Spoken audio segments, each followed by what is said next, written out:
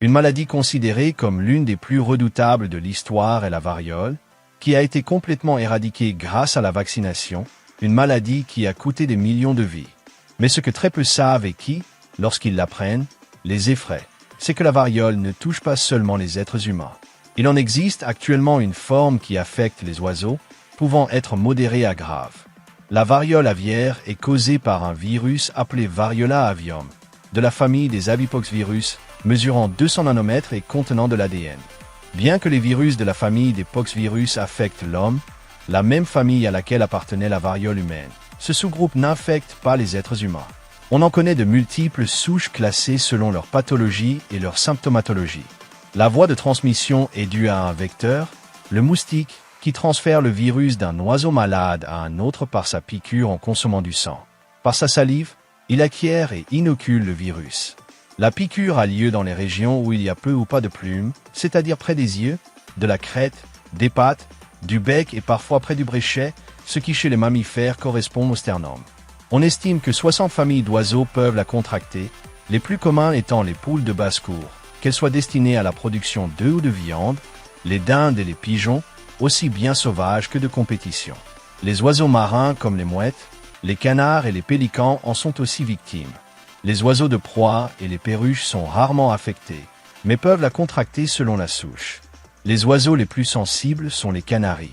Sa symptomatologie peut se diviser en deux présentations. Une forme sèche, provoquée par le virus, et la formation rapide de croissance cutanée dans la région piquée par le moustique.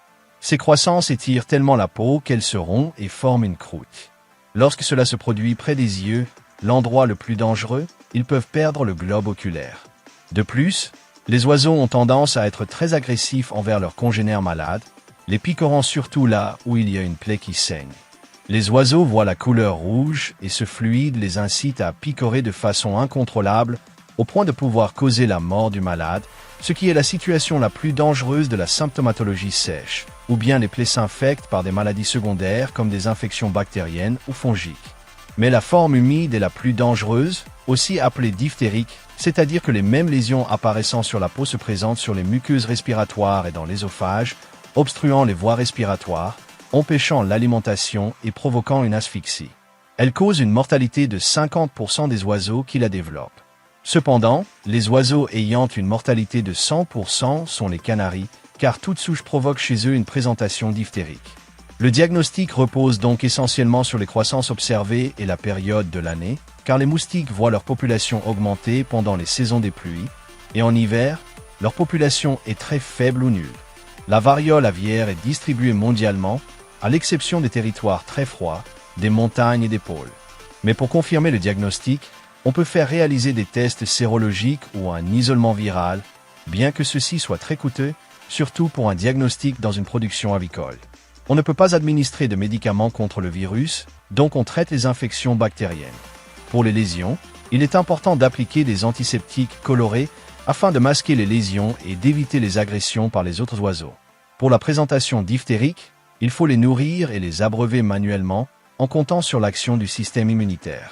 Il existe un vaccin à inoculer qui doit être appliqué dès le début d'une éclosion dans l'élevage, le pigeonnier ou la cage, pour prévenir une contagion incontrôlée, que les lésions n'apparaissent pas dans des zones dangereuses comme les yeux, que la souche soit beaucoup moins pathogène et que des anticorps soient générés rapidement.